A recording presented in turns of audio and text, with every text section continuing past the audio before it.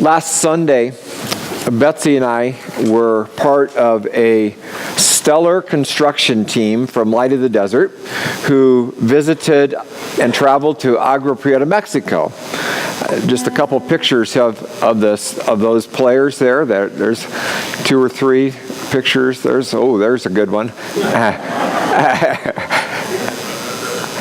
Some more of our guys, and we were there to work on a house for a family that really needed a house. You can see sort of the before picture and the after picture. It's not quite completely done, but we're excited about as Michael said, in a couple of weeks, going back to raise the roof and hand over the keys to the new family to Denise and Roberto, and there's Denise, and I think that's 6 of her kids or 5 of her kids, and that make up the household, and they are so grateful for this opportunity to have triple their square footage, you might say, in their house.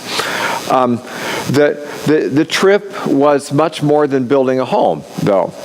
We know, all of us that were working together, we know each other much better after that time, the ride up and the ride back, as well as working together. We have some awesome folks in this congregation, and we know that. And it was also a reminder for all of us to be in prayer. As we drove through the neighborhood where Denise and Roberto live, there are so many other needs for houses. In fact, there are just so many other needs. And the question that hit me several times throughout that weekend was, why? Why? Why was I privileged to be born here? And they're born there. It's overwhelming. Why the need? And we know that the need is beyond any of us as individuals, that we can empty our bank accounts and still not make a dent in all of that. And so we ask those prayers, we ask those questions. Why does God seem to answer some prayers and maybe others seem to go unanswered? You and I pray. We're a praying congregation. In worship, at home, in the car. We talked about that in our last series, that you name it, any place we can be praying and we can be listening to God. And together we've celebrated marriages that were broken and God put them back together.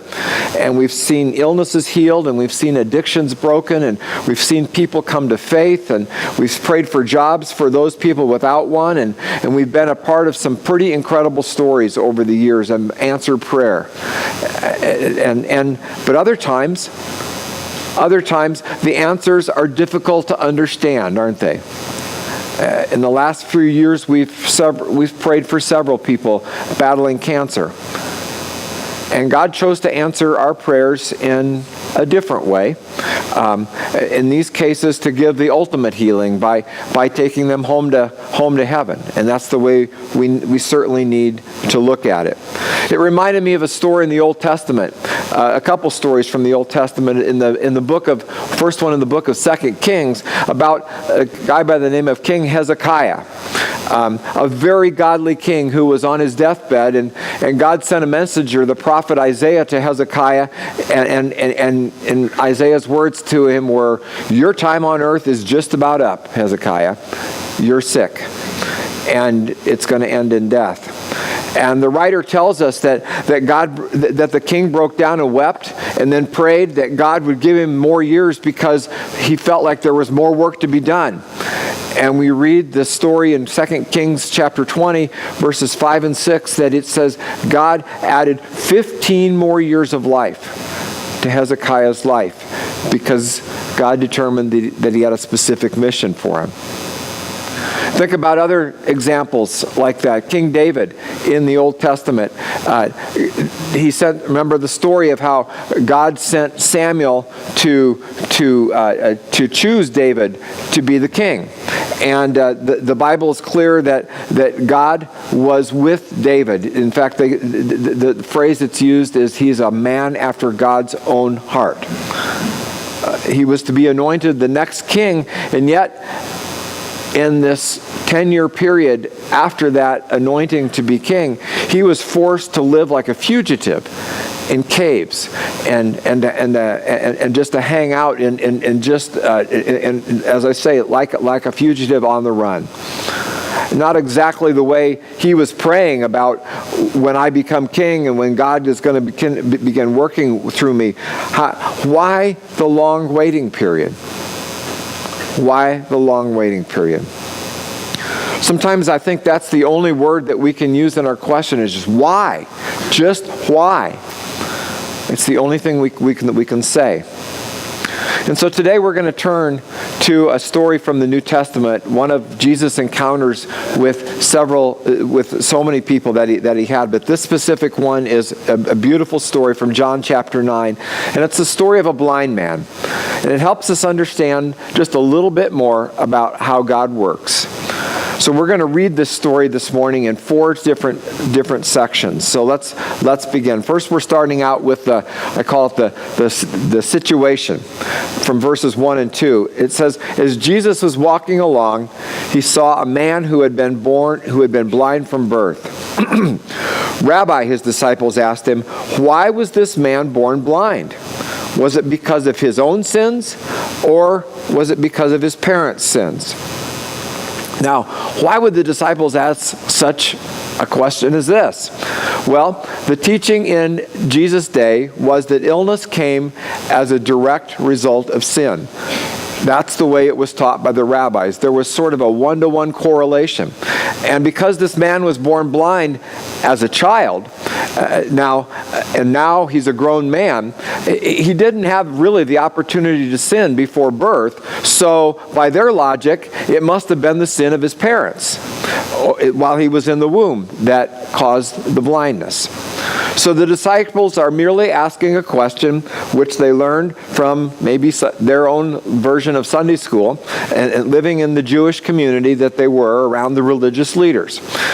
Now, we just want to clarify that the Bible does not teach that disease and illness and death, the Bible does teach that disease and illness and death in this world are a direct result of sin. Sin has brought about decay and illness to us, even to the rest of creation. But God is not the cause of that sin. And there are certainly instances when our sin causes our illness and our disease and even death. There are examples of it in Scripture, and I think we can think of examples of people around us. Excuse me. There are experiences today where, as a direct result of the lifestyle we've chosen, that we put the things we put into our bodies, the risks we take, the choices we make, there are consequences that lead to physical ailments and even to death. But, let me say it very clearly. According to the Scriptures, most of the illnesses, most of the diseases, and most of the time our death is not a one-to-one result of a specific sin that you and I have committed. In verse 3, Jesus gives the answer to the disciples that is like what I just said. He said, it was not because of the sins of his parents or his sins, Jesus answered. He was born blind so that the power of God could be seen in him. Jesus lets us know that the man's blindness is not a result of his sin or his parents' sin. Rather, he says something rather unusual, not necessarily to be applied in every single situation, but he says this man's blindness was so that the work of God might be able to be displayed in his life. Think about that. Think about that. He was born blind, and the blindness was going to be used in such a way that it would display the work of God. The man was born blind to lead us to an understanding that if we experience an illness or a defect of some sort, that does not challenge the goodness of God in any way. This man had been blind all of his life, so that Jesus would come to town on this particular day in history so that the work of God might be displayed in his life. The first thing Jesus is trying to instruct us to do is to begin to see the world through Jesus' eyes, through God's big umbrella, through the big picture. That's very hard for us to see because we don't have omniscience like God does. But pray to see situations through Jesus' eyes. So let's go on and read the next part of the story. This is the story of when the miracle actually happened. Then he, Jesus, spit on the ground, made mud with the saliva, spread the mud over the blind man's eyes, and he told him, "Go wash yourself in the pool of Siloam." Siloam means sent. So the man went and washed, and he came back seeing. His neighbors and others who knew him as a blind beggar asked each other, "Isn't this the man who used to sit and beg?" Some said he was. Others said, "No, he just looks like him." But the beggar kept saying, "Yes, I am the same one." They asked, "Who healed you? What happened?" He told them, "The man they called Jesus made mud and spread it over my eyes and told me, 'Go to the pool of Siloam and wash yourself.' So I went and washed, and now I can see." "Where is he now?" they asked. "I don't know," he replied. Notice that in this particular passage that this is all about Jesus. John is pointing everyone to look at Jesus through this because you see, Jesus is the one who is the healer. Jesus is the one. And so that brings us to the next part of our reading. This brings us to the reaction of the leaders around. That's where the fun begins in this passage. The leaders try to find every angle they could to stump Jesus and to get him into trouble. The leaders really want to discredit Jesus. They want to trap him. After he was healed, wouldn't you think that they would have said, "Yay, God," or "Wow, what is it like to be able to see to this man? We're so happy for you," or at least a big "Wow, that's fantastic." But rather, they feel threatened. And they're focused on getting at Jesus. So let's look at verse 18. It says, "The Jewish leaders still refused to believe the man had been blind and could see now. So they called on his parents. And they asked them, 'Is this your son? Was he born blind? If so, how can he now see?' His parents replied, 'We know that this is our son and that he was born blind. But we don't know how he can see or who healed him. Ask him. He's old enough to speak for himself.' His parents said this because they were afraid of the Jewish leaders who had announced that anyone saying Jesus was the Messiah would be expelled from the synagogue. And that's why they said, 'He is old enough. Ask him.' So for the second time, they called on the man who had been born blind and told him, 'God should get the glory for this because we know that this man, Jesus, is a sinner.' The man replied, 'I don't know whether he's a sinner, but I know this. I was blind, and now I can see.' 'But what did he do?' they asked. 'How did he heal you?' Now, this guy's getting really sick of telling his mud story. The poor guy has had to repeat it like 3 or 4 times to the same people, and all of us would agree that this is a dramatic before and after story. I mean, once I was blind, now I can see. And the third point I want to make in this observation I want to make in this, no matter what other people say, no one can refute your relationship with Jesus. No one can refute it. Once I was blind, now I can see. In some ways, in so many ways, we can say that in our life too. The man goes on to say, "I've already told you, and you did not listen. Why do you want to hear it again?" And now he's starting to jab back at them because, as I said, he's really sick of telling his story. And he makes them really mad with the next comments. And he said, "Do you too want to become his disciples?" Whoa. That was a hard one. That was a hard one. And so here's what they said to him in verse 28. It says, they cursed him. And they said, "You are his disciple, but we are disciples of Moses. We know God spoke to Moses, but we don't even know where this man comes from." "Why? That's very strange," the man replied. "He healed my eyes, and yet you do not know where he comes from. We know that God doesn't listen to sinners, but he is ready to hear those who worship him and do his will. Ever since the world began, no one has been able to open the eyes of someone born blind. If this man were not from God, he couldn't have done it." The religious leaders knew they had lost. They had lost the argument. They knew it, but they had to save face. And so they threw him out of the temple. They threw him out of the synagogue, and they said, "You are a total sinner yourself. Are you trying to teach us? We're the ones that are in charge here. We're the learned ones, and we make the rules." And so it says, then they threw him out of the synagogue. So what's the lesson? Jesus is going to instruct us in just a few seconds, but let's ponder it just for a second. It says, the former blind man, as we think about it, had a very big day. Jesus had healed him. He's elated. And now he's coming under all sorts of scrutiny from all the religious leaders. And he himself is not totally clear about who Jesus is. Jesus hears the commotion, and he finds the man who has had his eyes opened, and now he's had his physical eyes opened, and now he will open the eyes of the man's heart too, his spiritual eyes. Beginning in verse 35, it says, "When Jesus heard what had happened, he found the man and asked, 'Do you believe in the Son of Man?' The man answered, 'Who is he, sir? I want to believe in him.' 'You have seen him,' Jesus said, 'and he is speaking to you.'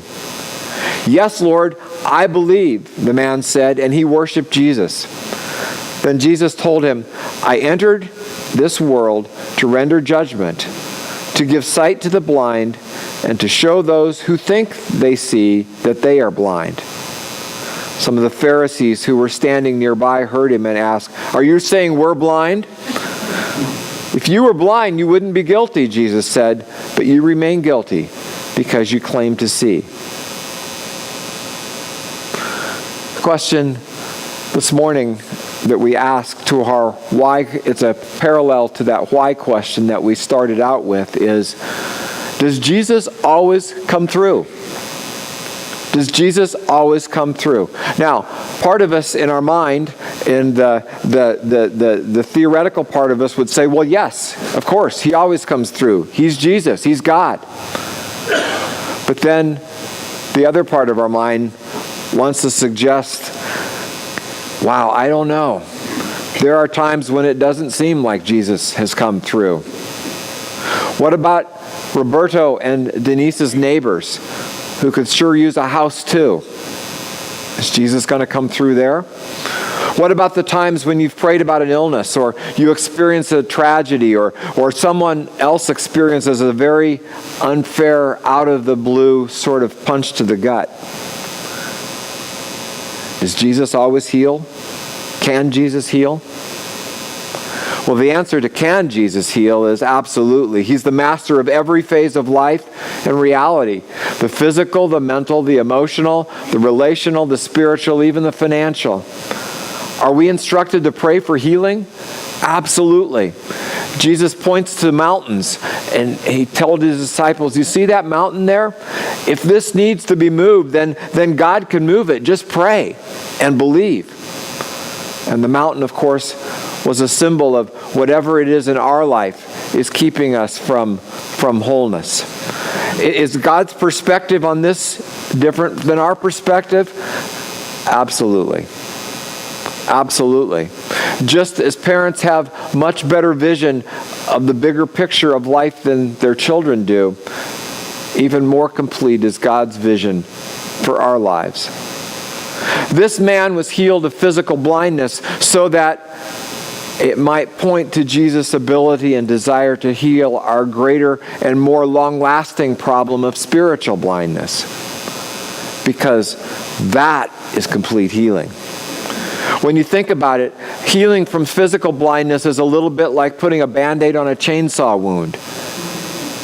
It's a very small thing.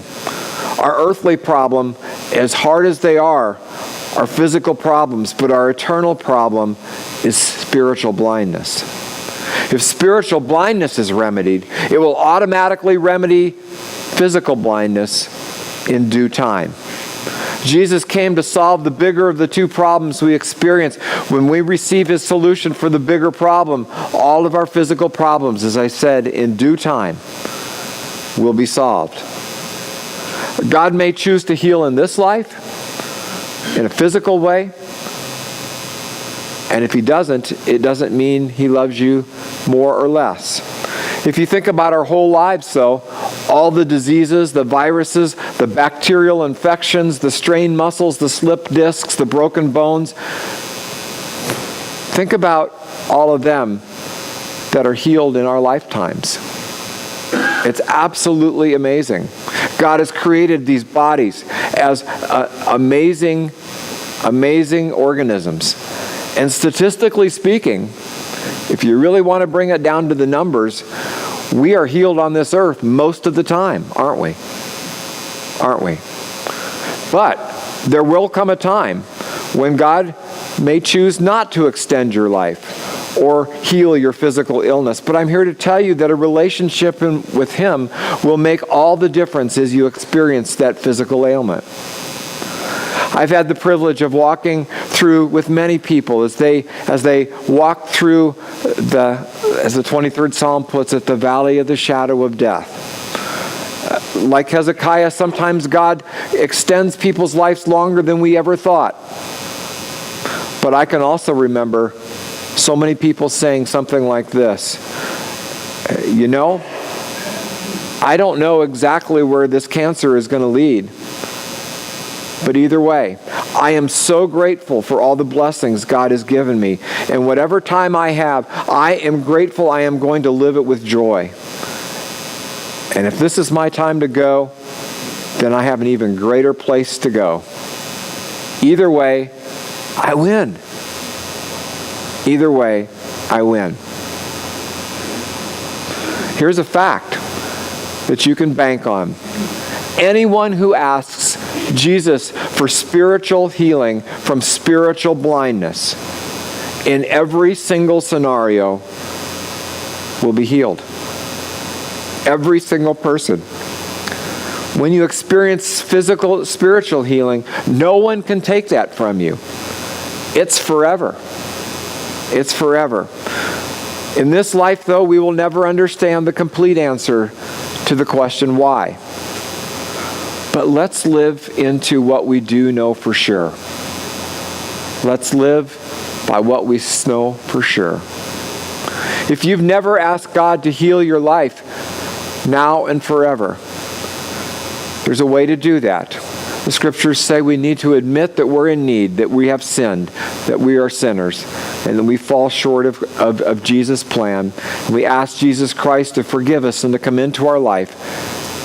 And as I said before, guaranteed promise, he will take over and he will come in. The second thing we know for sure, James 5:16, James sort of gives us a pattern. He tells us to get together and pray for one another to be healed.